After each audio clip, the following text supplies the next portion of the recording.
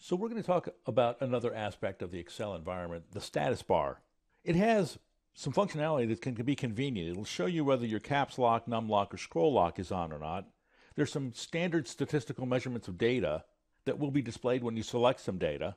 There's 3 different worksheet views that you have convenient access to, and there's a zoom slider bar.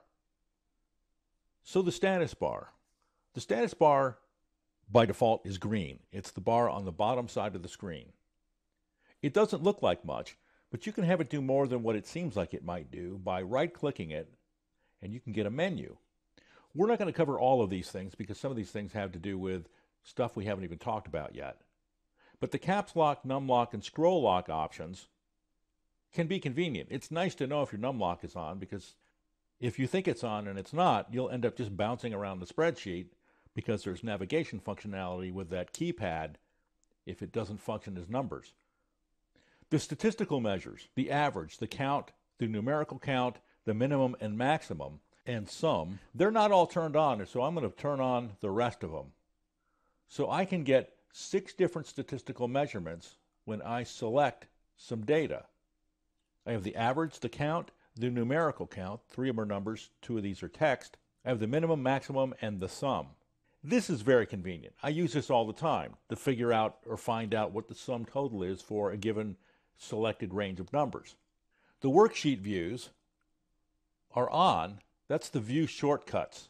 If I deselect that, those shortcuts disappear. If I select that, the shortcuts reappear.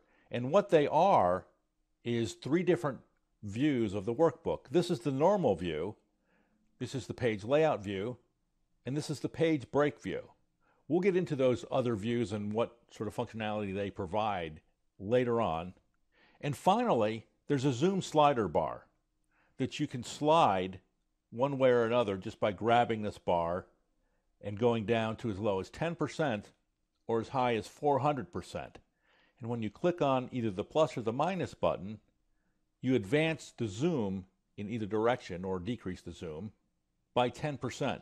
That's nice, but probably a quicker way to zoom in and out is to press the control key and roll the scroll wheel. So I can zoom in and I can zoom out. So that's the status bar. We can have it let us know whether the num lock, the scroll lock, or the caps lock is on or not. There are some statistics that will be displayed from the selected data.